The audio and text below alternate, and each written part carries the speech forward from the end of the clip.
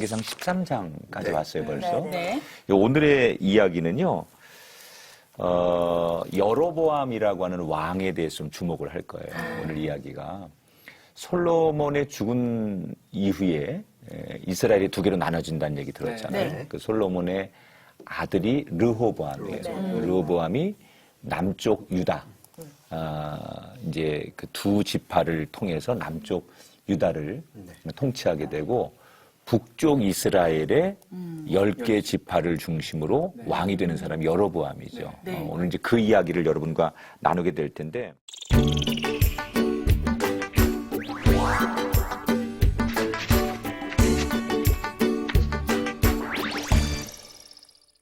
여로보암이 왜 그 북이스라엘의 첫 번째 왕이 되는지 그 혹시 기억을 하세요? 기억하시죠? 일단 솔로몬 때문에 네네. 솔로몬을 피해서 애굽으로 갔다가 그렇죠. 네. 그랬다가 다시 왔다는 정도는 기억이 그래요. 나는데 그것만 해도, 네, 그것만 해도. 다시 왔다가 네. 그 르호보암 있잖아요. 네. 르호보암이 정신을 못 차리고 그렇게 후랑방탕해서 그렇게 정신 못 차리고 있을 때 분열이 되잖아요. 네. 이게 분열이 되면서 이제 북이스라엘에 그 10지파가 모여가지고 오케이. 네, 우와. 감사합니다. 아주 좋은 무슨 답을 얘기겠죠? 줬어요. 호랑방탕. 맞아요. 그러니까 뭐 반란을 일으켜서 네. 자기가 왕이 되고 싶어서 되는 게 아니라 네. 거기는 하나님의 그 아주 필연적인 어떤 이유가 있습니다. 우선 그 성경 구절을 한번 찾아볼게요. 반장이 네네. 열왕기상 11장 11장. 37절, 38절을 한번. 내가 너를 취하리니 너는 내 마음에 원하는 대로 다스려 이스라엘 위에 왕이 되되 내가 만일 내가 명령한 모든 일에 순종하고 내 길로 행하며 내 눈에 합당한 일을 하며 내 종 다윗이 행함같이 내 율례와 명령을 지키면 내가 너와 함께 있어 내가 다윗을 위하여 세운 것 같이 너를 위하여 견고한 집을 세우고 이스라엘을 내게 주리라. 아멘. 와. 이제 솔로몬이 죽기 전에 마지막은 사실 조금 처음과 같지 않고 네.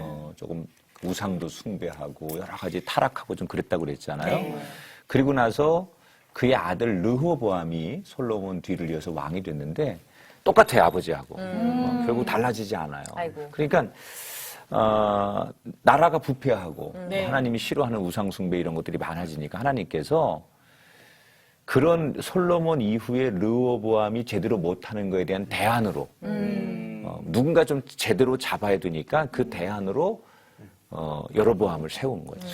오늘 성경의 얘기는 그러니까 지금 나라가 너무 어렵고 막 영적으로 혼탁한 이때에 누군가는 이 하나님의 말씀을 제대로 전할 수 있는 사람이 필요했던 거죠. 그래서 하나님께서 여로보암을 왕으로 세우신 거예요. 네. 그러니까 자기가 되고 싶어서 된 게 아니라 하나님의 의도는 뭐예요? 네가 바로 잡아라. 네가 정말 대안이 되어달라. 이런 의미에서 하나님께서 여로보암을 왕으로 세우신 거예요. 그런데 안타깝게도 하나님의 의도와는 다르게 여로보암이 결국 10지파의 지지를 받으면서 큰 나라의 왕이 되었지만 네. 르호보암과 다르지 않아요.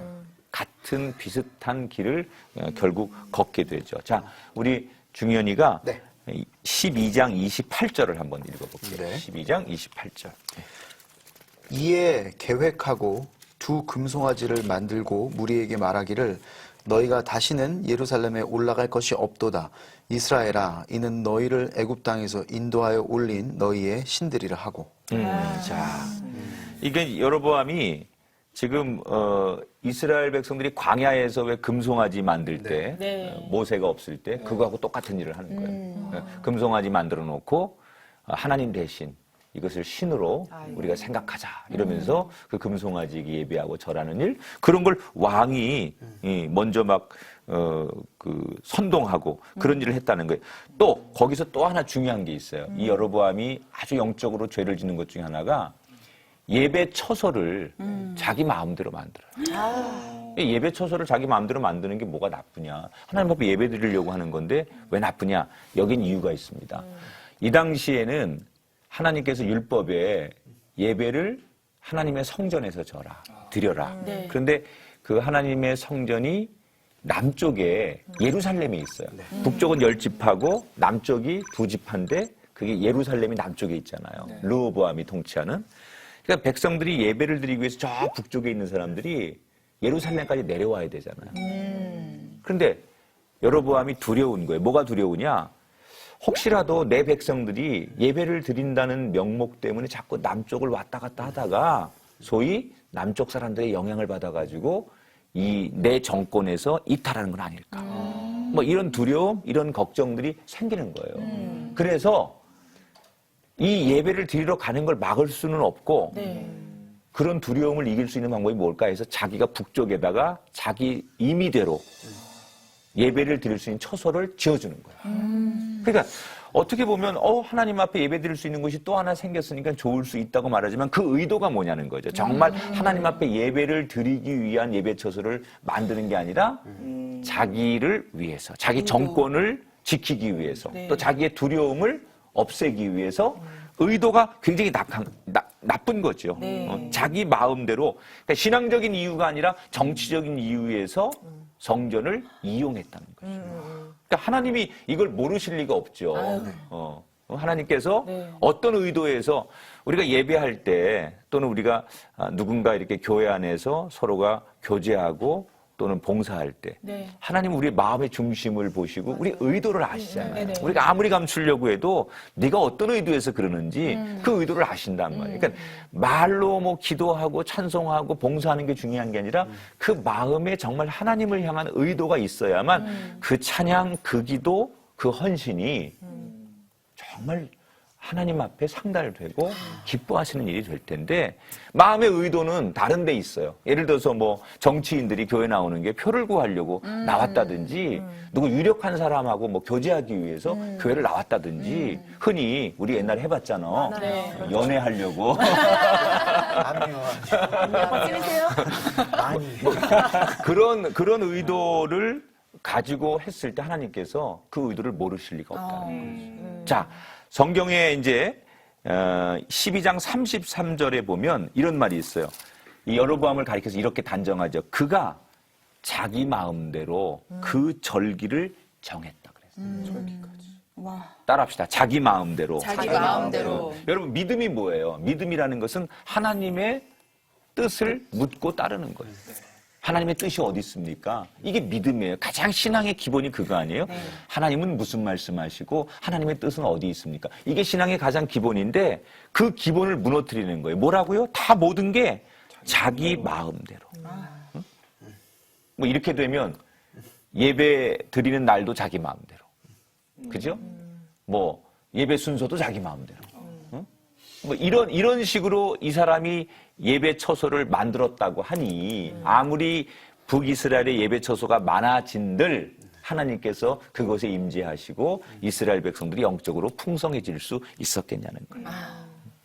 그러니까 이 여로보암이 참 안타까운 게 하나님은 여로보암을 정말 존귀하게 생각했거든요. 너를 이 땅에 정말 아무도 하지 못하는 영적인 그 혼탁함 속에서 네가 이 시대에 하나님의 정말 대언자가 되고 그리고 너에게 내가 준 이 사명을 잘 감당하는 사람이 되기를 사실 하나님을 원하셨어요. 자기에게 엄청난 사명이 있었는데 그것을 잊어버리게 되는 거죠. 그리고 자기 역시 세상 다른 왕과 다를 바 없는 똑같은 타락하는 사람. 그러니까 우리가 알아야 될 게 있어요. 사명을 망각하면 내게 주신 사명을 잊어버리면 어떤 결과가 오는지. 사실 이 여로보암은 자기에게 맡긴 사명이 있잖아요. 근데 이게 뭔지를 모르는 거예요. 그 사명을 끝까지 가지고 있지 못하기 때문에 여로보암이 사실 어떻게 보면 불행한 사람이 되는 거죠. 우리가 이런 말씀을 이렇게 공부하면서 나한테 하나님이 이 사명을 주셨는데요. 살다 보니까 너무 바쁘게 살다 보니까 내가 이 사명을 잊어버리고 살 때가 있어요. 여러분 한번 오늘 말씀을 이제 공부하면서 한번 떠올려 보세요. 그래, 하나님이 원래 나한테 주신 사명이 이거였는데 내가 너무 바쁘게 살다 보니까 내가 너무 치열하게 살다 보니까 내 사명을 잊고 살고 있구나 라고 하는 게 우리한테도 있다는 거죠. 건이는? 저는 저도 예전에 이게 내 사명인가라는 생각을 할 정도로 좀 예전에는 혼자라도 봉사활동을 좀 많이 다녔었어요. 네. 장애인 봉사부터 시작해서 어린아이들한테 찾아가는 것도 많이 했었는데 요즘에는 그냥 유기견 봉사만 이렇게 하는데 만약 막상 가서 돕는 것보다 뭐 이렇게 뭐 과자회를 해서 물질적으로 도우려고 한다든지 뭐 방법이지만 막상 그 아이들과 만나서 하는 거에 대해서 두려움이 어느 순간 생겼었어요. 왜 제가 활동을 많이 안 하다 보니까 어느 날은 그 복지원 아이들에게 갔는데 걔네들도 연예인들을 되게 좋아해요. 그래서 인기가 없으니까 왜 안 나와 요즘? 왜 안 나와? 이런 말을 계속 하니까 저도 상처가 되고 애들한테 좀 많이 나오는 애들이 왔으면 좋겠다라는 생각을 했던 거예요. 그러니까 제 생각인데 갑자기 미안하네. 그래서 그다음에 이제 잘 나가는 애들을 데리고 같이 갔었어요, 봉사를. 근데 이제 그 친구들한테 바톤 터치를 한 거죠. 근데 그 친구들 계속 갈 줄 알았는데 안 가는 거예요. 그래서 그 아이들이 뭐 이렇게 SNS로 저한테 그 장애인 아이들이 저한테 왜 이제 안 오냐고 왔을 때 계속 그 아이들 안 갔냐고. 그러니까 내가 보고 싶다고 하더라고요. 근데 그 말에 저는 저를 기억 못할 줄 알았어요. 왜냐면 이제 활동도 안 하고 이제 그러니까 잊어버릴 줄 알았는데 아직도 기억하고 있는 게 너무 고맙더라고요. 그래서 이제 또 가야지 활동 안 해도 가야지라는 생각을 했는데 말만 하고 좀 더 알려주면 가야겠다 이 생각을 계속 하고 있더라고요. 그게 지금 갑자기 생각이 확 났어요. 아, 그렇구나. 그래. 그런 것들이 생각나는 것도 은혜야. 그러게요. 뭐 이런 말씀을 듣고도 자기 사명조차도 떠올리지 못하는 사람은 더 불행한 거고, 이런 계기를 통해서 그게 내 사명이었는데 내가 인기 없다는 이유로 또 사람들이 날 원하지 않을 것 같다는 그런 내 생각으로 그 사명을 만약에 잊었다면 정말 순수하게 누가 보든 보지 않든 그 아이들을 사랑하는 마음, 그게 내 사명이구나라고 생각이 되면 다시 그 아이들 용기 있게 만나러 갔으면 좋을 것 같아요. 그 아이들의 마음은 왜 안 나와요? 이게 인기가 없어서가 아니라 무대에서도 보고 싶고 언니의 달란트가 그게 있는데 다른 연예인을 더 인지도가 있는 사람을 데려와 주라 이런 말 뜻이 아닌데 저도 똑같이 오해할 때가 있거든요. 나 별론가? 이렇게 생각할 때가 있거든요. 근데 그 말이 아니었더라고요. 그게 언어의 차이고 사랑의 표현의 차이였더라고요. 근데 반갑게 더 맞았으면 좋겠다. TV에서도 워낙 방송이고 연예인이니까 그런 건데 저도 그런 말에 상처를 받아서 저 같은 경우는 만약에 그렇게 말했으면 다른 연예인도 안 보내요. 그냥 안 가? 이렇게 말했을 때 마음이 너무 예쁘네요. 네. 착해요. 네. 사실 오늘 이제 우리 TV를 시청하시는, 함께 공부하시는 분들에게도 가정에서 아버지는 아버지의 사명이 있거든요. 네. 또 그 가문의 그 가정의 상황에서 아버지 역할이 좀 다르거든요. 네. 또 어떤 가정에서는 어머니가 영적 가장의 역할을 해야 될 때가 있고, 뭐 자녀들 중에 네. 누군가가 이 가정에서 자기가 맡아야 될 사명이 있어요. 그러니까 그게 다 하나님이 우리를 향한 뜻인데 작게 생각하면 가정 안에서도 우리 가정과 우리 그 가문과 식구들을 위해서 하나님께서 내게 주신 사명이 있고 그게 교회나 우리의 일터 속에 다 있는데 자꾸 잊어버리는 거죠. 그래서 정말 오늘 성경 공부를 하면서 내 사명은 뭘까? 이게 내 사명인 줄 알았는데 그냥 어느덧 그걸 잊어버리고 살았다면 다시 회복했으면 좋겠고 또 몰랐다면 이게 내 사명이구나라는 것을 이렇게 깨닫고 다시 세워질 수 있다면 오늘 이 성경 공부를 통해서 우리가 하나님 앞에 큰 은혜를 입는 시간이 되지 않을까 그런 생각을 해봅니다. 자, 한번 따라합시다. 대안이 대안되지 못하면 하나님은 슬퍼하십니다. 하나님은 슬퍼하십니다. 예, 정말 중요한 얘기죠. 우리가 여로보암이 대안되라고 세워주셨는데 대안이 되지 못하니까 하나님께서 얼마나 슬퍼하셨을까.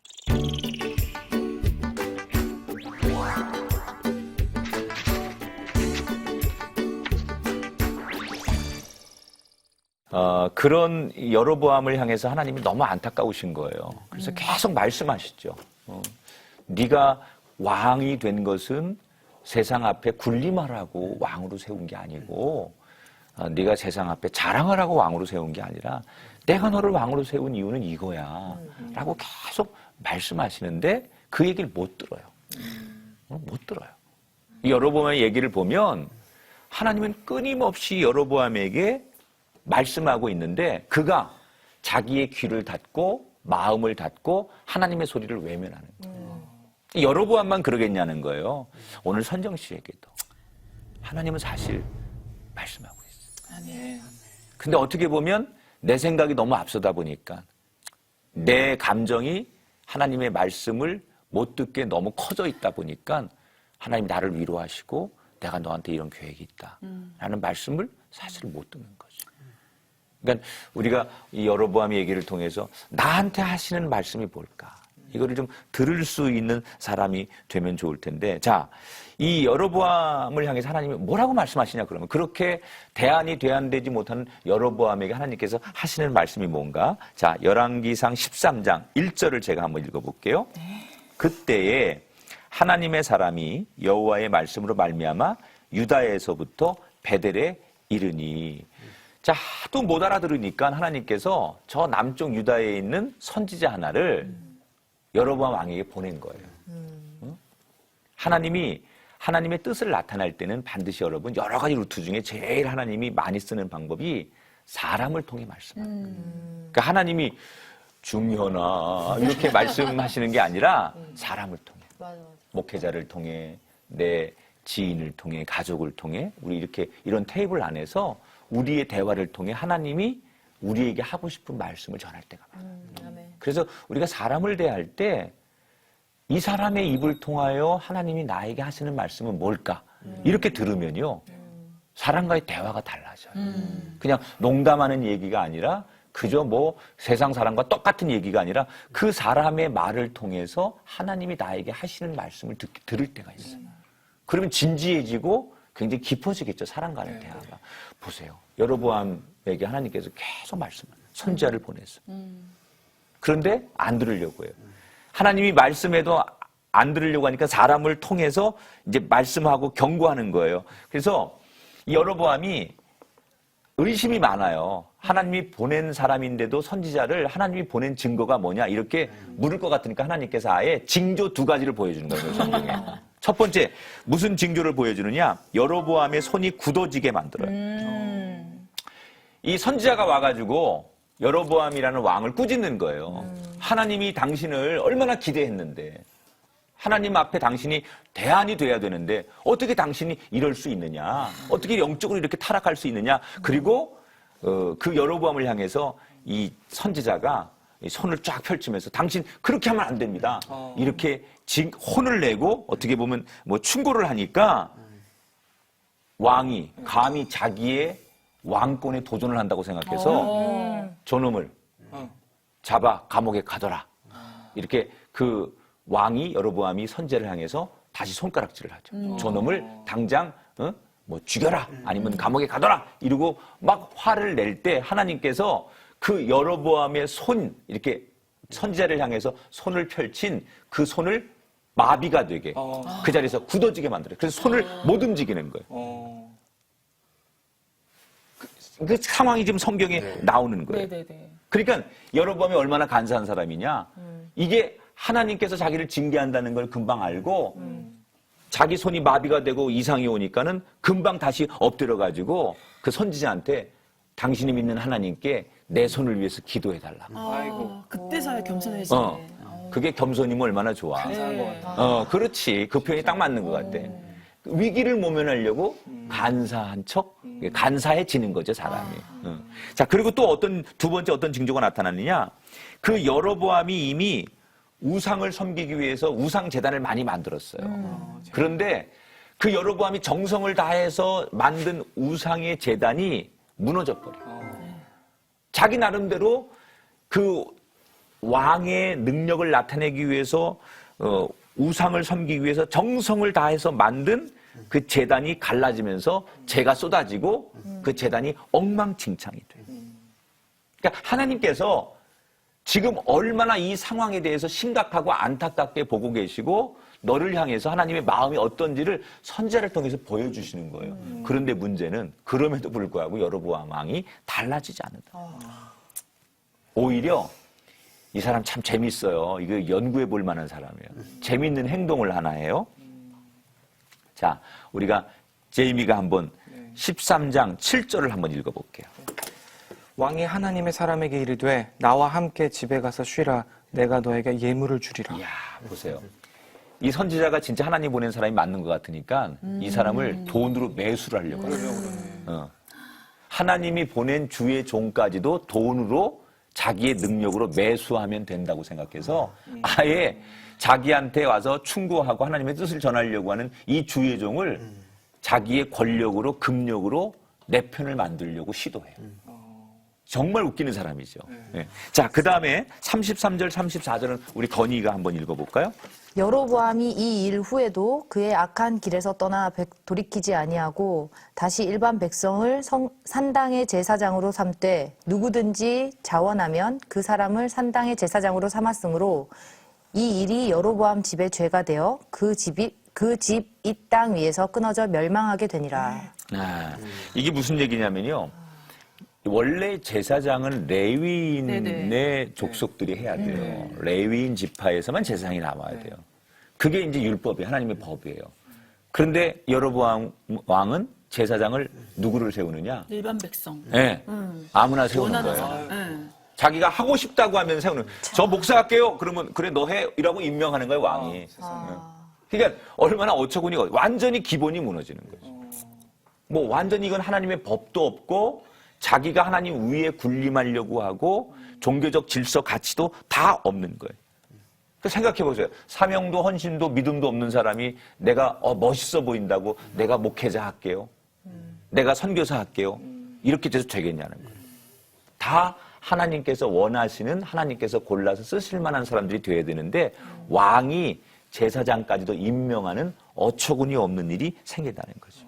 하나님은 사실 계속 우리에게 지금 말씀하고 있는 거거든요.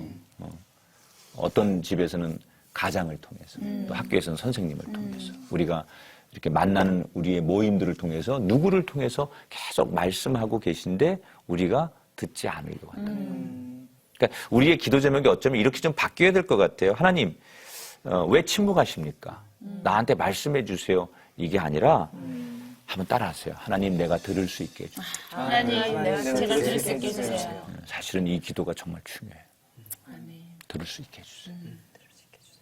그 기도를 우리가 품고 이 분주함 속에 기도할 수 있는 그런 현대인들이 됐으면 참 좋겠다 생각합니다.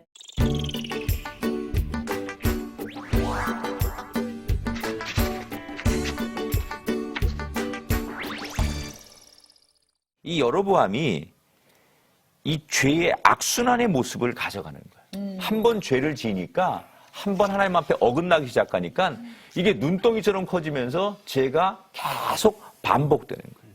그러니까 제일 무서운 게 뭐냐면요. 죄를 지는데도 죄인 줄 모르는 거야. 그렇잖아요? 맞아요. 이게 악순환이 계속 되는데 내가 짓는 게 죄인 줄 모르는 거예요. 이거 어떻게 돼? 끊어야 돼요. 우리 가정에 이게 부모님 때부터 내려오던 죄의 악순환, 뭐 우상의 악순환, 저주의 악순환 이런 것들 끊어야 되잖아요. 누군가는 끊어야 되잖아요. 근데 끊지 못하는 거죠. 근데 그게 우리 삶에도 계속 반복되는 거예요. 연약하니까 죄에 넘어지고 그냥 죄와 함께 묻어서 내가 살아가는 이 죄의 악순환이 반복될 때 이걸 누군가가 끊어야 돼요. 자, 이 여로보암이 우상 숭배하죠. 예배 쳐서 자기 마음대로 만들죠. 제사장도 자기 마음대로 임명해버리죠. 그러니까 죄가 또 다른 죄를 부르고 그 죄가 더 큰 죄를 부르고 그러니까 결국은 여로보암은 하나님 앞에도 믿지 못하는 사람이 되는 거고 세상 사람 앞에도 누구도 제사장도 선지자도 믿지 못하는 사람이 되더라는 거예요. 그래서 하나님께서 여로보암을 심판하세요. 자, 근데 중요한 거 오늘의 하이라이트예요.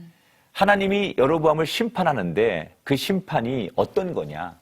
사랑의 기본으로 사랑이 베이직에 깔린 심판이라는 거예요. 우리가 이걸 기억해야 돼. 하나님의 징계와 하나님의 심판은 사실 하나님의 사랑의 의도가 깔려 있는 거예요. 왜 하나님께서 여로보암을 북이스라엘을 심판하느냐? 이유는 하나예요. 돌아오기를 기다리시죠. 네가 이렇게라도 해서 돌아왔으면 좋겠다. 내가 선지자를 보내고 여러 가지 징조를 통해서 너한테 하는 이야기를 네가 못 들어서 계속 죄가 죄를 낳고 악순환이 반복되지만 내가 마지막으로 너한테 이런 징계를 내리고 고통을 내리는 이것을 통해서라도 내가 이제라도 돌아왔으면 좋겠다. 그게 하나님의 심판의 원칙, 의도. 그럼 이건 우리에게도 해당되는 얘기 아니에요. 하나님께서 우리 가정과 내 삶의 지금 가난과 어려움과 내 계획에서 빗나가게 하시는 그 의도 속에는 하나님이 나를 힘들게 하려고 하는 게 목적이 아니라 나를 때리려고 하는 게 목적이 아니라 그 속에 내가 하나님 앞에 더 가까워지고 하나님 앞에 돌아서기를 원하는 하나님의 사랑의 마음이 그 심판 속에 있다는 거죠. 선지자들 보내고 징조를 보여줘요. 그런데도 계속 악순환을 끊지 않으니까 14장으로 넘어가면 결정적인 경고를 하나님이 하십니다. 네. 제일 여러분 부모한테 고통스러운 게 뭐예요? 자식 문제예요. 여로보암이 뭘 해도 안 되니까 하나님께서 여로보암의 아들, 자식의 문제를 건드리죠. 아들이 아비야예요, 아비야. 이 아비야라는 뜻은 여호와가 나의 아버지라는 뜻이에요. 그러니까 여로보암이 아마도 타락하기 전에 이 아들을 얻었을 거예요. 그때만 해도 믿음이 있어서 아들 이름을 여호와는 나의 아버지라고 이렇게 아들 이름을 지었어요. 아비야라고 하는 아주 너무너무 소중한 아들이 있는데 이 아들이 병이 들어서 죽게 됩니다.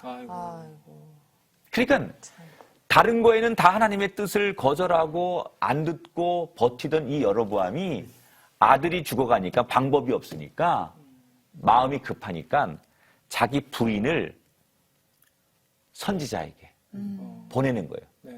내 아이를 살려달라고 기도받으러. 우리로 말하면 기도받기 위해서 급하니까 하나님 앞에 사람을 보내는 거예요.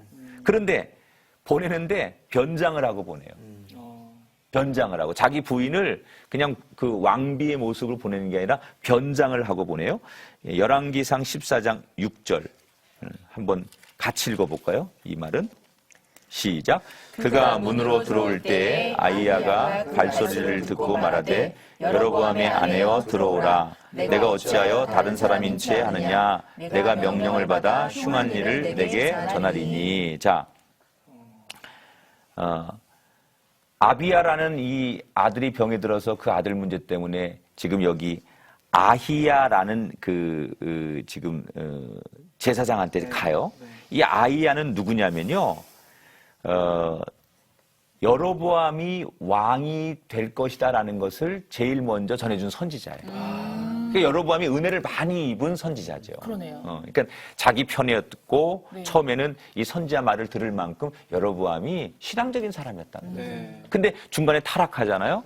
아들 문제가 생기니까 그 아히야라고 하는 선지자한테 자기 부인을 보내는 거예요. 그러니까 미안한 거죠. 아닌 척하는 거예요. 내 아이 문제가 있는데 자기가 그 선지자 앞에 그동안 똑바로 못 사는 것이 죄가 있으니까 몰래 감추고 신분을 감추고 변장을 하고 마치 다른 사람인 척 내 아이가 이렇게 죽게 됐는데 하나님 앞에 기도해 주세요라고 중보기도를 요청하는데 선지자가 아는 거예요. 너 어떻게 이렇게 속이려고 하느냐. 그리고 혼내는 얘기가 오늘 조금 아까 읽었던 성경에 나오는 거예요. 네. 뭐라고 해요? 이 선지자가 네 아이 못 일어난다. 결국은 이 아이가 죽습니다. 더 심한 게 이제 그 다음 10절에 나와요. 한번 열왕기상 14장 10절을 한번 읽어볼게요. 시작. 그러므로 내가 여로보암의 집에 재앙을 내려 여로보암에게 속한 산에는 이스라엘 가운데 매인자나 노인자나 다 끊어버리되 거름더미를 쓸어버린 같이 여로보암의 집을 말갛게 쓸어버릴지라. 자, 무서운 얘기죠. 결국 하나님이 여러 가지로 경고하셨어요. 그죠? 사회를 통해서, 사람을 통해서, 선지자를 통해서, 자녀를 통해서. 그건 뭐예요? 기회를 주신 거예요. 왜 처음부터 징계하시지 않고 계속 사람을 보내고 징조를 보여주고 여러 가지 사건을 일으켜 주시고 왜 그랬을까요? 돌아오기를 원하신 거예요. 한번 따라하세요. 기회가 왔을 때 돌이켜야 합니다. 기회가 왔을 때 돌이켜야 합니다. 그렇죠. 사실 여로보암이 기회가 여러 번 있었어요. 그런데 그 기회가 계속 찾아오지만 돌이키지 않는 거예요. 어쩌면 오늘 우리 TV를 같이 시청하시면서 공부하시는 여러분들에게 주시는 말씀일 수도 있어요. 아, 그렇구나. 여로보암의 얘기를 들어보니까 나한테 하시는 얘기구나. 그리고 우리 지금 여기 학생들한테도 주시는 얘기일 수 있어요. 그러면 이게 기회잖아요. 오늘 돌이킬 수만 있다면 여러분은 그 모든 과거 속에서 벗어날 수 있는 거예요. 아멘. 우리에게 하나님이 말씀하실 때 지혜가 있는 사람은 깨달아요. 아멘. 또 하나님이 말씀하실 때 이 죄를 떠나서 죄의 악순환, 고난의 악순환을 우리가 끊을 수 있는 그런 사람이 돼야 됩니다. 아멘. 자, 오늘 말씀의 결론이에요. 네. 여로보암을 세운 거는 그가 잘나서가 아니에요. 그냥 뭐 우연히 그냥 가다 보니까 그가 왕이 된 게 아니에요. 백성들이 원해서 왕이 된 게 아니에요. 진짜 이유는 하나님이 타락한 이스라엘의 회복을 원하셨어요.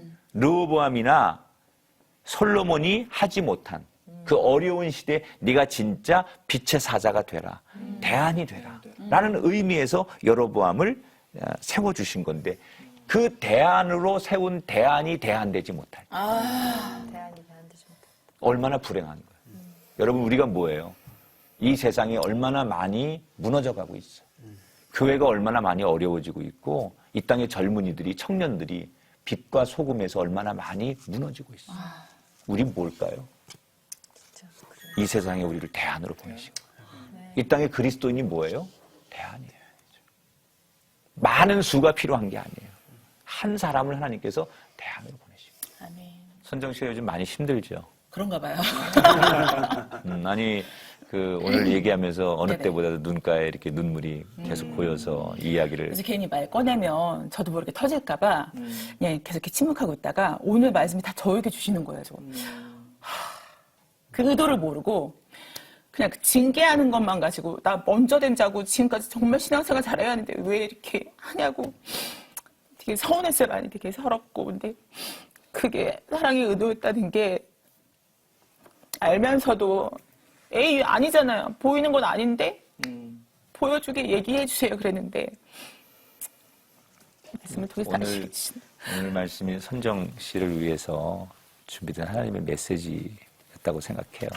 그러니까 더 몰라요. 아직은 진행형인데 하나님은 선정 씨의 인생 속에 진행하고 계신데 마치 다 끝난 것처럼 생각하지 말고 하나님의 이 오늘 말씀을 통해서 무슨 말씀 하시려고 하는지 다시 한번 또 깊이 기도하고 이 말씀을 붙들고 일어서셨으면 좋겠습니다. 아멘. 자, 그래 눈물을 흘리게 하려고 한 건 아닌데 그래 나도 마음이 좀 보면서 그런 기도해주고 싶은 마음이 생겨서 내가 꼭 그 기도를 해줄 거니까 걱정하지 말고 이렇게 응원해주는 사람이 있으니까 힘내십시오. 네. 감사합니다. 자, 오늘 뭐 우리 학생들 말고도 우리 시청자 여러분들께서도 많은 이 공감을 하시고 나에게 주시는 말씀이라고 생각하신다면 정말 좋겠다는 생각을 하면서요. 오늘 말씀을 다시 한번 정리하고 마무리하도록 하겠습니다.